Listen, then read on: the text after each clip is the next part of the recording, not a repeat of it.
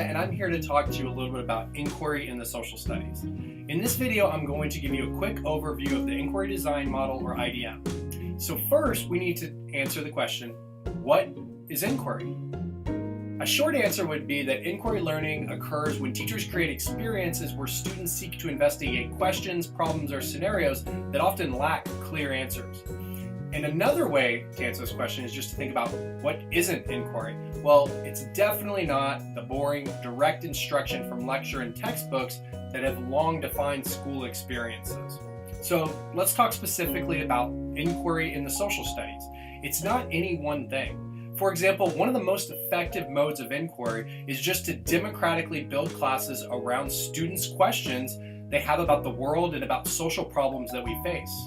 Many schools today can't do that because they're restricted by standardized tests in a standardized test-based environment where there's a lot of pressure to cover a whole lot of content in a short amount of time. And obviously this leads a lot of teachers to feel like they have to do direct instruction for students to get all of the information, which of course doesn't work because then students forget it because they find it boring and no one really has any fun.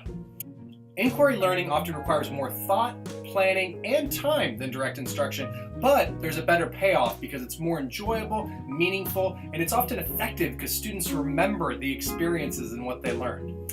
So today we're going to learn a little bit about the inquiry design model. So come on. Oh my goodness, is that kid having to work in a factory? Do people in the world even care about children's rights?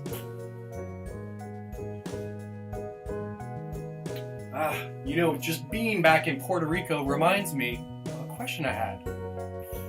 Should Puerto Rico be a state?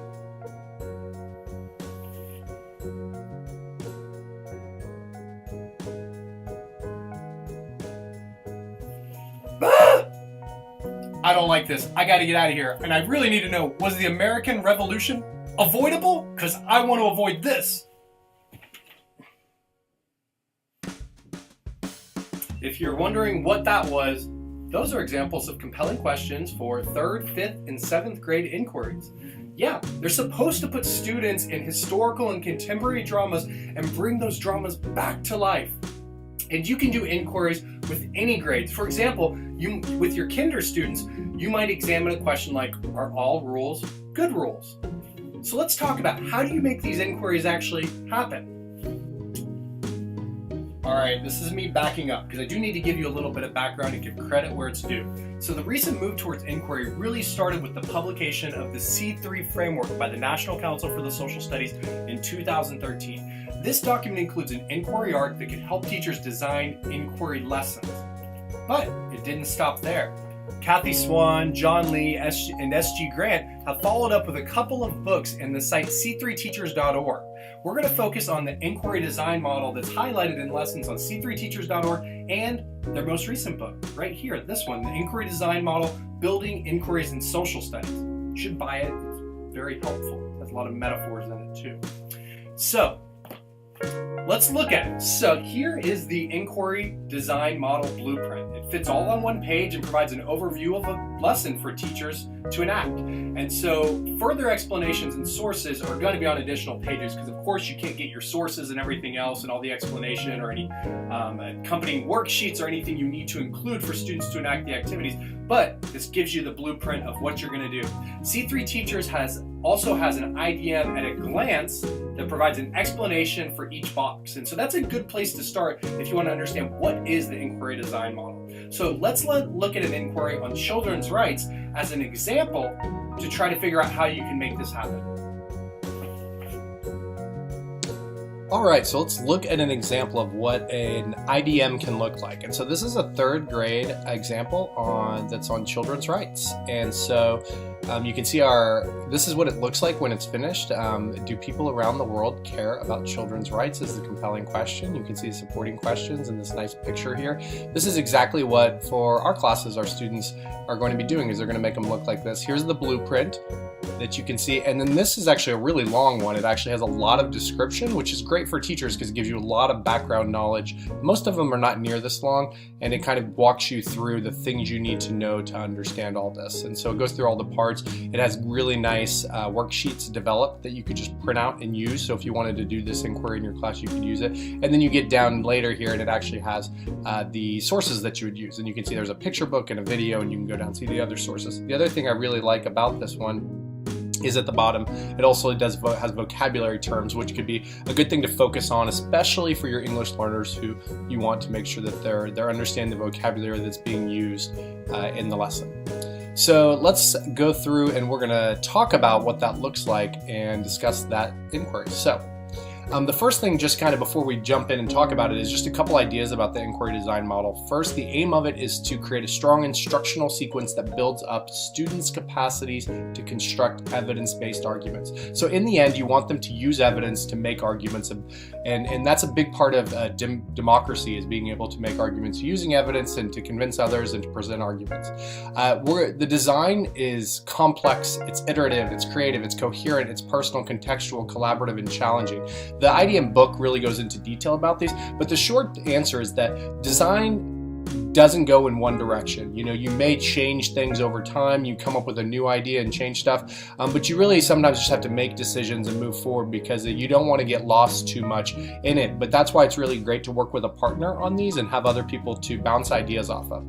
The need should be authentic. One thing I'll say, in my classes, we develop our IDMs for the students in our placement, not generic ones, because it actually helps you think through things like, any modifications or adaptations you need to make, how you can make the lesson culturally responsive for your students, things like that. And then finally, you'll see right now is that the design we use for the IDM is really backwards planning. What we're going to do is we're going to actually look at what we want students to do at the end of the lesson, and then come back and fill out the rest of the lesson as we go, and that helps us really make sure we know kind of where we're wanting this lesson to go. So here's the blueprint page that goes over the lesson.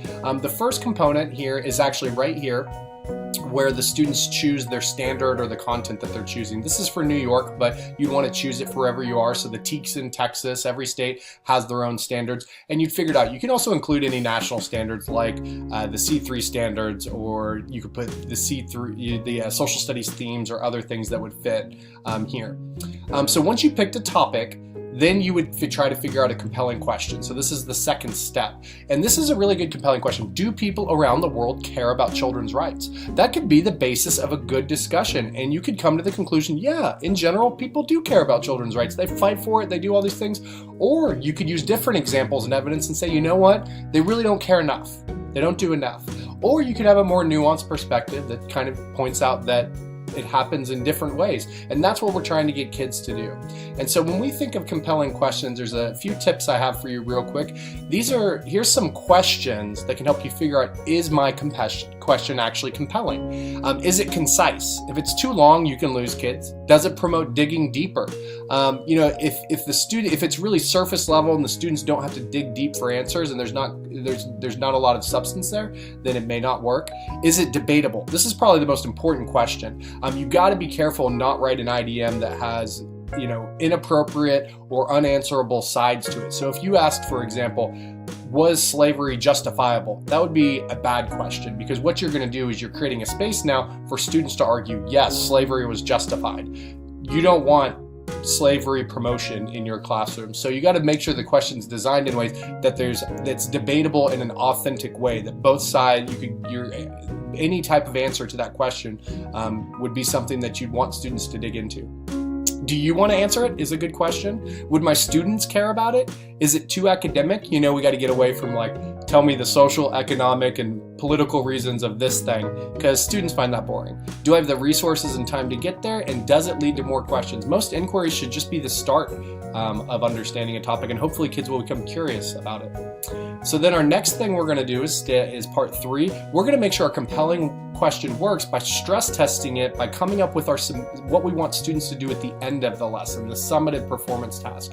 And so what they're doing here is they restate the compelling question, and students are going to construct an argument supported by evidence which addresses this question. Students could do this in a variety of ways, right? They could create videos, they could make posters, they could write essays, and you can combine it with English language arts requirements. There's a lot of ways that students can show that they understand a topic at the end of this unit, which is usually 3 to 5 days of classroom time. And so by thinking through that at the beginning of your lesson, you're going to make sure that you have an idea where you're trying to go. So these are examples of what it would look like. So say that students could have, they could have a variety of plausible answers, but here's 3 examples. So you have your compelling questions, and then the student could answer, people around the world do care about children's rights because they work together in organizations like UNICEF to help build schools and give school supplies to children who need them. That's a good answer that uses evidence. Or they could say people around the world do not care enough about children's rights because millions of children do not attend school and many are forced to work.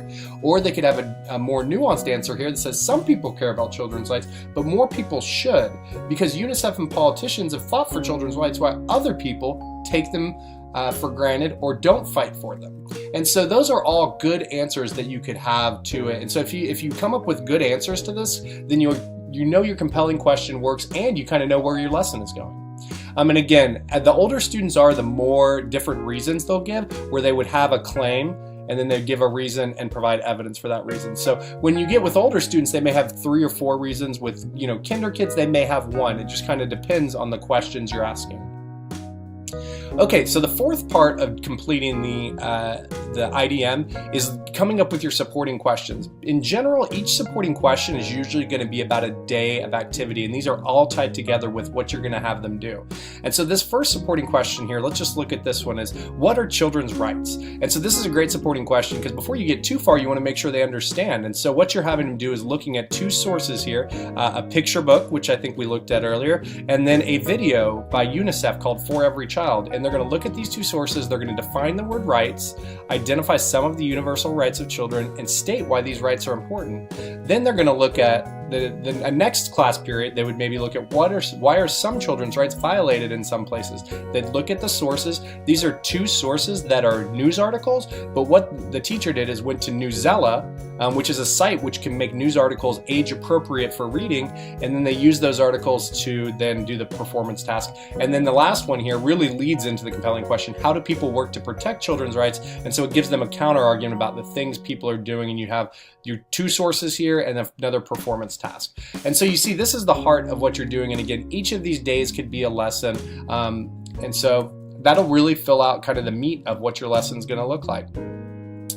So these are some the examples that we just talked about for each supporting questions. And so each of these questions kind of bounds what you're doing for the day. And so you always want to come back to that question.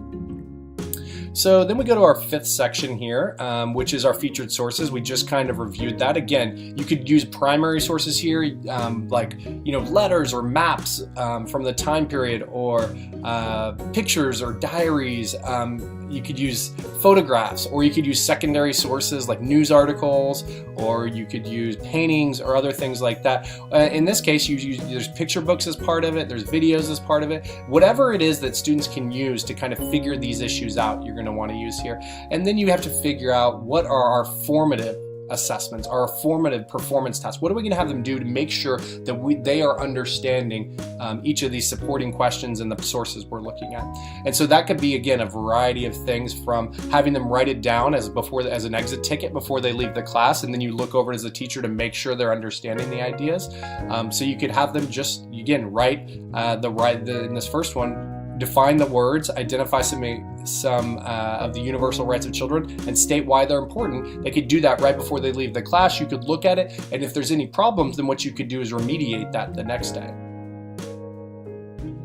So then our 7th part of it here, which we go back up to staging the question. This is kind of like your hook to make sure your students are able to get into it. Here, what they have is the idea we should just brainstorm what it means to have rights and to care about them, because that'll really help them understand the key concepts here in the compelling question. And so that would be a great discussion with kids. There's all kinds of ways you could go about it, and this full lesson has a lot of ideas about doing it, but I could just see asking kids what they think rights they should have even, and then who do you think cares about your rights? Does anyone care about your rights? And those would be great discussions to lead them into it. That could last a full class period or could last 10 minutes. And then you can see here, the 8th part we plan is the extension of the summative performance task. And so what we may do is once the students have made their arguments, so say they wrote short essays or they created posters as part of their summative performance task, we may actually say, well, I want them to now debate it. And so that could be an extension of that. And so in this case, the student express students' arguments through a class discussion using take a stand protocol. And so what that means is you could have agree and disagree based on the compelling question on each side of the room, and students could use evidence to argue. And so that's obviously a different skill than creating a poster to be able to actually discuss it with your peers. It's an important skill. And then the 9th part here is relating it to citizenship. You may plan some kind of activity that goes beyond your class. And so here they have this understand, assess, and act kind of way of organizing this, where here they decided they want to do a public service announcement. So they may brainstorm the issues on which that would include. Then they're going to assess like how would this actually influence the protection of children's rights, and then they actually make it. And so you may play that public service announcement in your school or send it home to parents via social media or via an e-newsletter. And so then you're really sharing the ideas. If you're really ambitious, you and your students may start a campaign to raise money for children's rights around the world. And that would be what a cool project to help them learn to be participatory citizens who care about what it means for kids to have rights. And so that kind of finishes up the discussion here. If you have any questions, just feel free to reach out to me. And thanks for watching.